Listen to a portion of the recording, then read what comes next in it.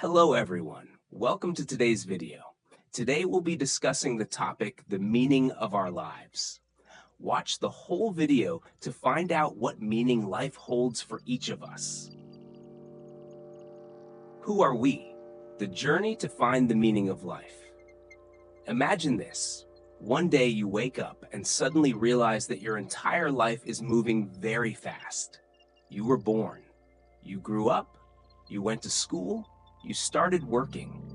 You chased goals that sometimes you are not even sure why you are chasing. And one day, all of this will end. But before that happens, there is a question almost every human being has asked at least once in their life.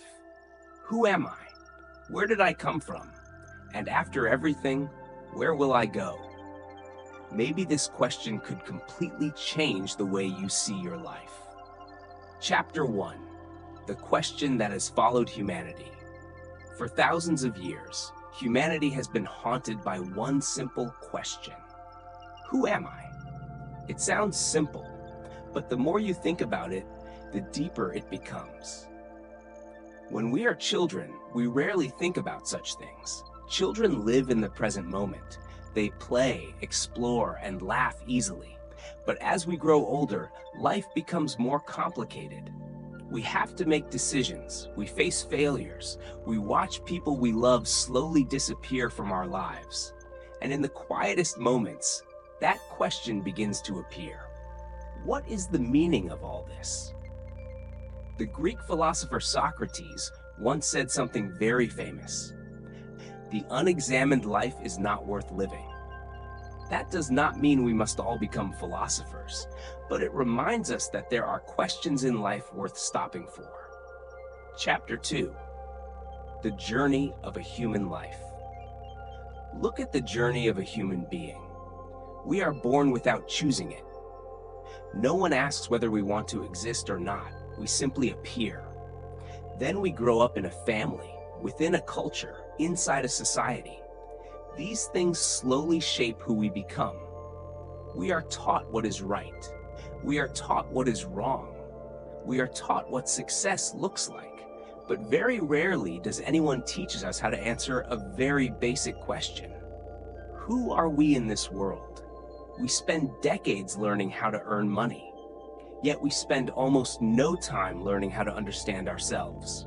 Chapter 3. The illusion of the self. Most of us believe that inside us there is a clear and stable self. We say things like, I like this. I hate that. That is just who I am. But if we look more closely, something strange appears. The person we are keeps changing. The things you loved at the age of 10 may be completely different from what you value at 30. The beliefs you once held strongly may change within a few years. Even in a single day, your emotions can shift many times. You might feel happy in the morning, anxious in the afternoon, thoughtful at night. If everything keeps changing like that, where exactly is the fixed self we keep talking about? The philosopher David Hume once wrote that when he searched for the self, he could only find a bundle of sensations and thoughts. There was no permanent entity there. Chapter 4. A Buddhist Perspective. In Eastern philosophy, especially in Buddhism, this question has been explored deeply. According to Buddhist teachings, a human being is not a fixed entity. A person is a combination of 5 elements, known as the 5 aggregates: form, feeling, perception, mental formations, consciousness. These elements together create what we call a person. But each of these elements is constantly changing. The body changes every day. Emotions change every hour. Thoughts change every minute. So what we call the self is actually a process, not a thing. It is like a flame. A flame has a shape, but it is constantly changing. Chapter 5. Why we cling to the self. Even though everything changes, humans still want to believe in a stable identity. Why? Because the sense of self provides psychological security. If we believe we are a clear individual, the world feels easier to understand. But here's the problem. When we cling too strongly to the self, we also create a lot of suffering. We compare ourselves with others. We fear failure. We fear losing status. We fear being judged. The philosopher Alan Watts once said, "Man suffers only because he takes seriously what the gods made for fun." Chapter 6, Understanding Non-Self. In Buddhism, realizing that the self is not fixed is called non-self or anatta. But non-self does not mean you do not exist. It simply means you are not a separate, permanent entity. You are part of a larger process, a process of nature, society, and life itself, like a wave in the ocean. A wave has its own shape, but it cannot exist apart from the sea. Chapter 7, True Freedom. Once we begin to understand this, something interesting happens. We become less afraid. We stop worrying so much about proving who we are. We stop obsessing over being better than others. Because if the self is just a process, there is nothing that needs to be defended so desperately.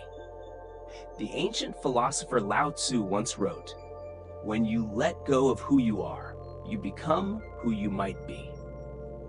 Chapter 8, Karma. How life actually works. Even though the self is not fixed, our actions still matter. In fact, they matter even more, because every action creates consequences.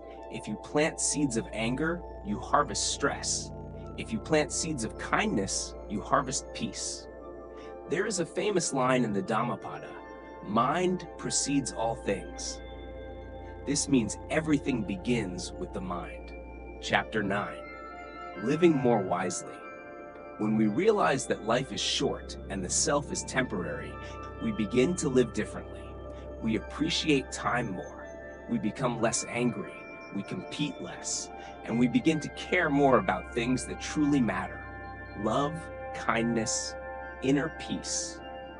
Things that we often ignored when we were too busy chasing success. Chapter 10, The True Meaning of Life. In the end, the question, "Who am I?" may never have a single final answer. But the journey of searching for that answer is incredibly meaningful, because it helps us see life more clearly. We realize that happiness does not come from building a bigger ego.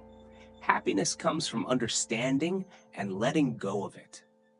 When that happens, life becomes lighter.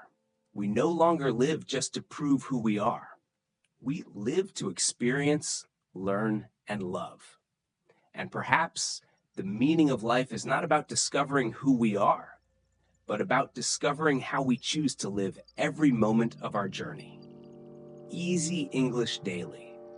And if you found this video helpful, don't forget to like this video to let me know you're ready to take the next step.